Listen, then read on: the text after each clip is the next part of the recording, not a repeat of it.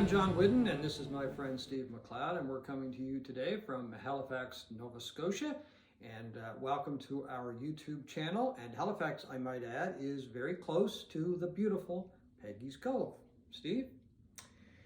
Thanks, John.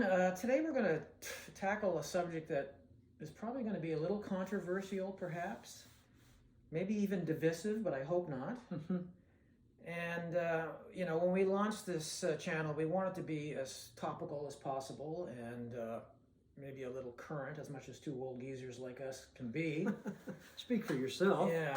So we're going to tackle a subject that's been in the news the last few days, and it's Eric Clapton's mystifying, maybe puzzling stance on COVID vaccines.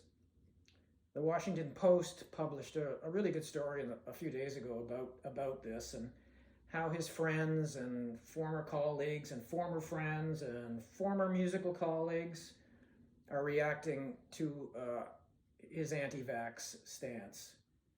And it's caused a bit of a fuss, and it's resurfaced old things in Clapton's past as well. So you read the story. I read the story, and I read a story in Rolling Stone, a couple of weeks ago now. And there's been other things online, and comments have been made. I read a review in American Songwriter, and it was briefly mentioned in that as well. But then they went on to review his latest album. But I'm totally mystified. I mean, I just don't understand where he's coming from with this anti-vax stance. Yeah. I know that he had a vaccine, and two of them, yes. But yeah. I think with the first one, he felt the reaction was not good. But then the second one apparently affected him greatly. His fingers were numb, and he felt some discomfort. And anyway, he had a reaction to it that, of course, he was not happy with. Of course, nobody would be happy with a reaction to anything like that. But that may have fired this whole thing up. I really don't know. You have to remember that Clapton has this thing about needles. And I find that mystifying too, because he was a heroin addict for years. But apparently he didn't shoot. Right. He never shot heroin with a needle. He always snorted the heroin because of his fear of needles. Right. So is his anti-vax stance got something to do with this fear of needles? That goes way back. Does it have something to do with his addiction years ago to heroin? I haven't seen any of that talked about, the addiction heroin, I mean, in this as this whole matter unfolds. I think it's just very unfortunate because his reputation has been taking a huge hit. There have been people that he's played with for years, and they have refused to play with him. Other people have come up and they've supported him 100%. And it's just very unpleasant. And I think if you're talking about a guy like Eric Clapton, who is so influential, not just in music circles, folks, but to the general public, for him to be an anti-vaxxer, I think a lot of people out there that worship Clapton, and there are a lot who do, may be giving it another thought whether or not to get a vaccine. Van Morrison has also kind of joined in with that too. And there's a guy who'll be a first ballot entry into the Curmudgeon's Hall of Fame. Well, Van there Morrison, you go. Yeah. So Clapton, I've never seen that. I'm not surprised by. No, I'm Van not surprised by stance. Morrison. Clapton really does surprise me, and. Anyway, I really don't know what this is going to do for his career. He played a few dates in the southern U.S., or in the U.S., back in September, October, I think it was. I think the crowds were pretty good. There was a picture of him with the governor of Texas that raised the ire of a couple people. They said, what's Clapton doing getting his picture taken with the governor of Texas? I'm not defending him or anything, but I know in situations like that, if you're at a concert or you're backstage and people happen to come in and, there's all kinds of people, you get a picture taken and you really don't give it a lot of thought as far as that goes. So I don't know if that really has any kind of connection to this whole anti-vax thing or not. But once again, it's raising a lot of questions. Well, it's certainly disappointing as someone like yourself who grew up idolizing Clapton, for the first probably 10, 15 years of his musical career. Oh, yeah.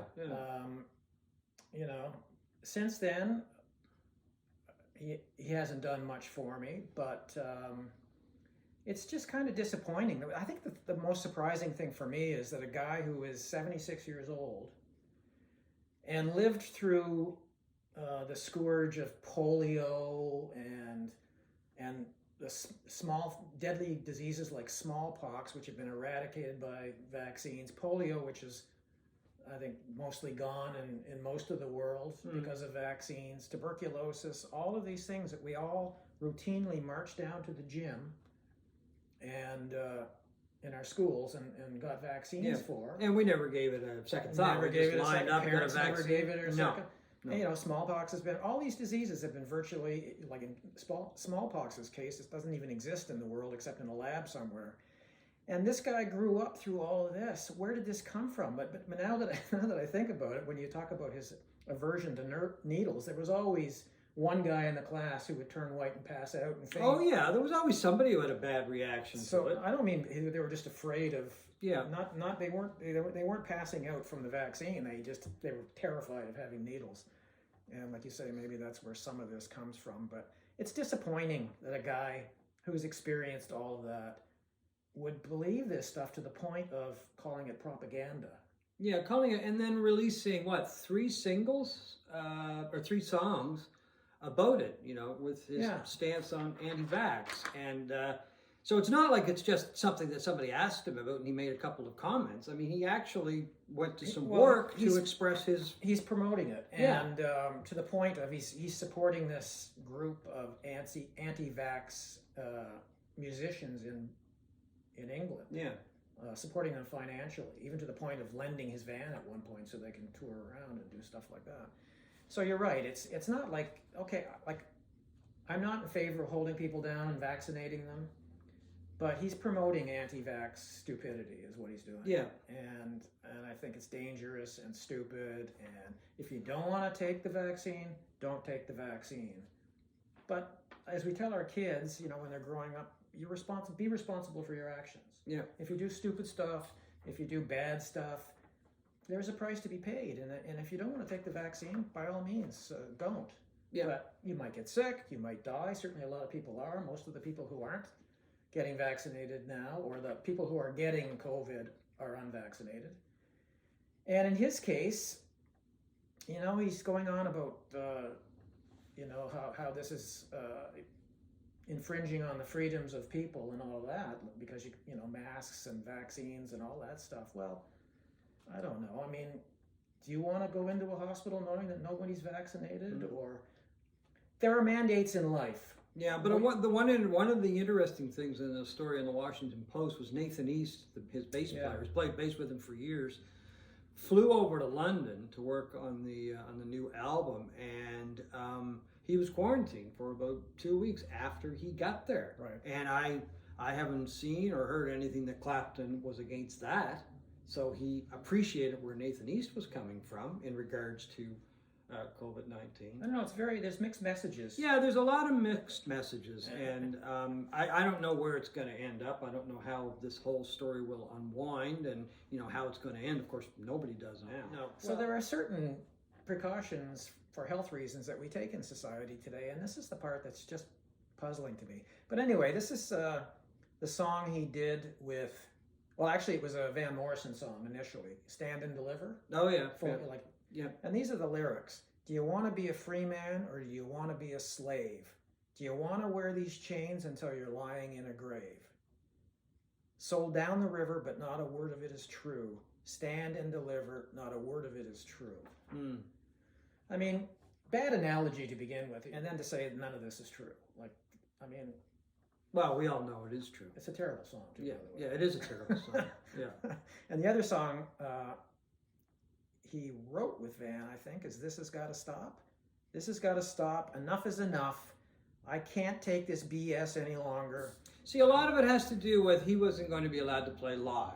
And Right. as a number of people have pointed out, and you pointed out, he's 76 years old.